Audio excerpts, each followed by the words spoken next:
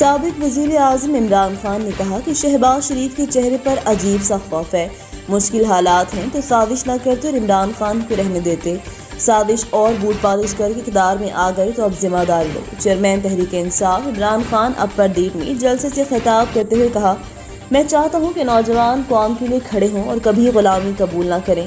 میرے والدین نے تحریک پاکستان میں شرکت کی تھی، تحریک انصاف کا منشور تحریک پاکستان اور قرارداد پاکستان سے لیا تھا۔ چیئرمین تحریک انصاف کا کہنا تھا کہ اسرائیل، امریکہ اور بھارت نے مل کر سازش کی، ان کو ہم پر مسلط کیا، شہباز شریف کو اس لیے لے کر آئے جو حکم آقا کریں گے یہ مانے گا۔ عمران خان نے کہا، شہباز شریف کے چہرے پر عجیب سا خوف ہے، مشکل حالات میں تو سازش نہ کرتے، عمران خان کو رہنے دیتے، سازش اور بوٹ پالش کر کے اقتدار میں آ گئے تو اب ذمہ داری لو۔ جب اقتدار سنبھالا تو ملک دیوالیہ ہونے کے قریب تھا، ہم نے ملک کو ٹھیک کر کے دکھایا۔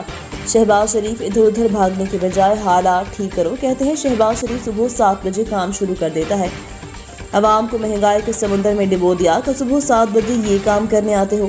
شہباز شریف کا اصل کام صرف اشتہارات میں ہوتا تھا، جب سے شہباز شریف آیا ملک تیزی سے نیچے کی طرف جا رہا ہے۔